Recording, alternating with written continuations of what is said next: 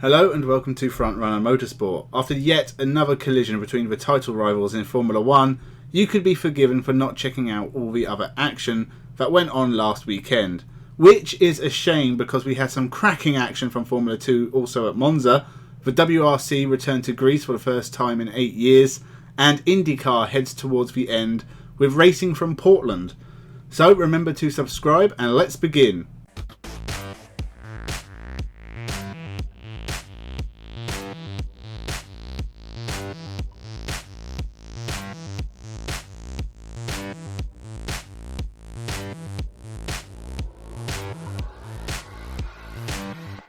Welcome to Frontrunner Motorsport. So given that Max Verstappen was given a penalty for his collision with Lewis Hamilton, I guess we'll dive into that first. How is a free place grid penalty fair? I will concede that the incident was more his fault in hindsight, but, and it's a big but, Lewis Hamilton only got a 10-second penalty for sending Verstappen to the hospital.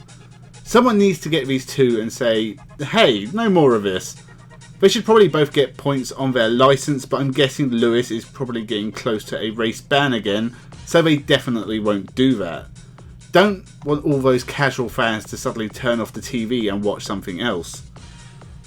Moving on to the other racing that went on, the Formula 2 had 3 very good and entertaining races, also from Monza, and it's now clear who the title contenders are. Piastri, Zhou and Schwartzman were prominent throughout the weekend and stand out as a class above in 2021. Really impressive from Oscar Piastri as he is only 20 years old.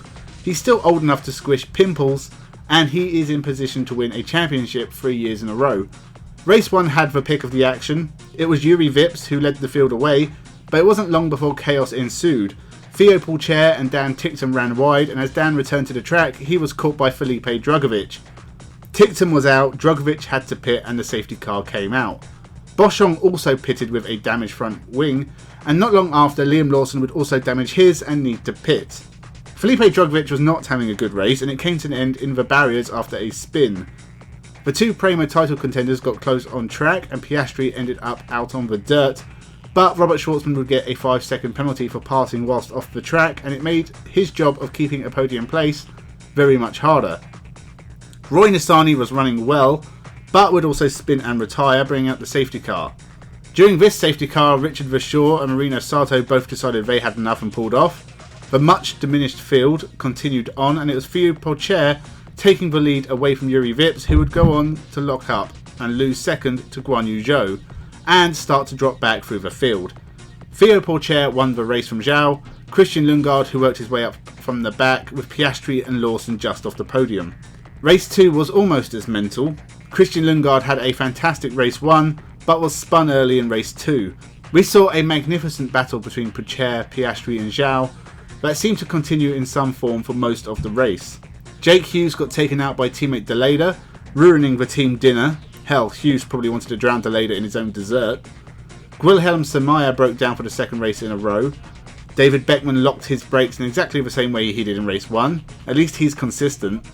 Jehan Daruvala won the race for Carlin, and race 3 was the feature race, and sadly the least interesting. Samaya broke down again, making it 3 out of 3, bringing out the safety car, followed by Juri Vips and Marino Sato, who brought out the second safety car.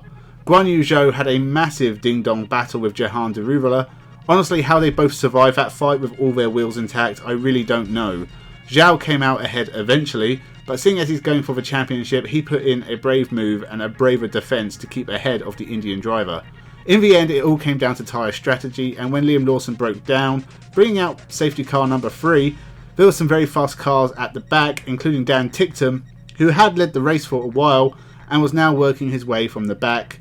It almost ended up in tears, but he climbed back up to 3rd when some chaos at the back brought out the 4th safety car, and that led us round to the end, with Oscar Piastri winning from Guan Yu Zhou.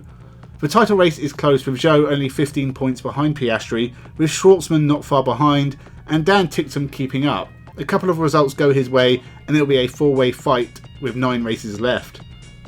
The World Rally Championship headed to Greece for the first time in 8 years. The last person to win the Acropolis Rally was Jari-Matti Latvala in a Volkswagen Polo.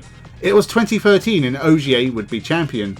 But now, 2021, it looks like Sebastian Ogier will be champion once again, and maybe for the last time, but he was not to be victor in Greece. That went to his young teammate Kalle Rovanperä, who took his second rally victory, and Ott Tanak, who had a good weekend for a change, finished second. Ogier was third, but with Thierry Neuville and Elfyn Evans both running into trouble, it all but secures an 8th World Championship. With a 44-point gap over his rivals with just 3 rallies left, Finland is next, and that is always an exciting one, but as long as Sébastien Ogier finishes the next couple of rounds, I think he will be champion. Finally, IndyCar from Portland, and the debut in the series for potential future Alfa Romeo Formula 1 driver and current Ferrari Academy star Callum Ilott. It did not go great, and he definitely didn't make waves the way Lundgaard did, but he did avoid the carnage at the start that saw all the leaders dart off in the wrong direction, and several cars stopped at the first corner, including Romain Grosjean and Helio Castroneves. Not a lot happened in this race. Honestly, it was one of the tamer IndyCar races from the year, but Graham Rahal led for a long while. But Callum Ilott and Dalton Kellett both breaking down on lap 50, bringing out the safety car, completely ruined Rahal's race. There were spins for Simon Pagenaud and Oliver Askew, and the winner, and once again championship leader, was Alex Palou. It is still close with only a couple of weeks to go. Palou, O'Ward, Dixon, Newgarden and Ericsson are still all pretty close, so it's all to play for. Laguna Seca next, so carnage absolutely guaranteed. So that was all the action for the past weekend. Next weekend there is no Formula 1, but we do have IndyCar, DTM, BTCC, European Le Mans Series, World Rallycross, and the return of TCR Australia. So with all that to come, make sure you subscribe, leave a comment, like and share the video. Thank you for watching, and have a good one.